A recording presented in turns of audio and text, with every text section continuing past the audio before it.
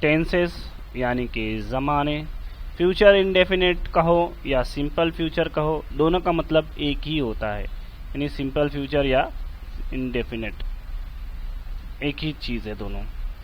Negative बनाने वाले हैं यानी कि नॉट का इस्तेमाल होगा या फिर ये वांट होगा, शंट होगा।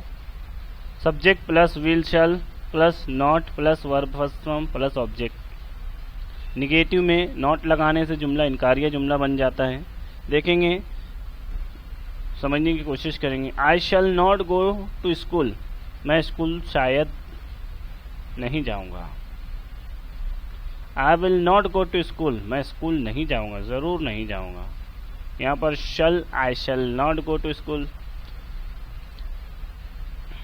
आई will not go to school, मैं स्कूल नहीं जाऊंगा। Number 2, you will not come to my home, तुम मेरे घर नहीं आओगे। We will not go there, हम वहाँ नहीं जाएंगे।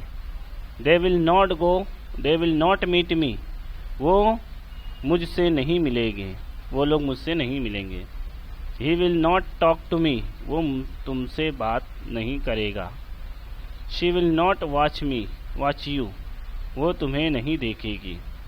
It will not happen in India, Bharat में ऐसा नहीं होगा।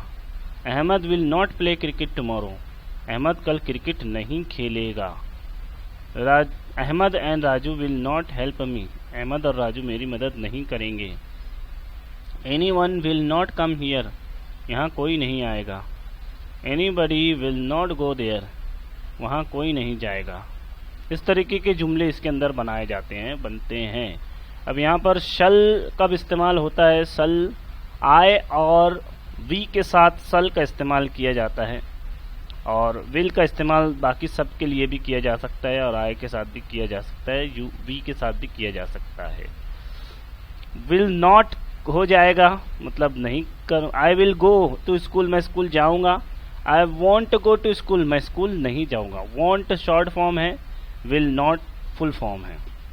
उम्मीद है वीडियो आपको पसंद आई होगी।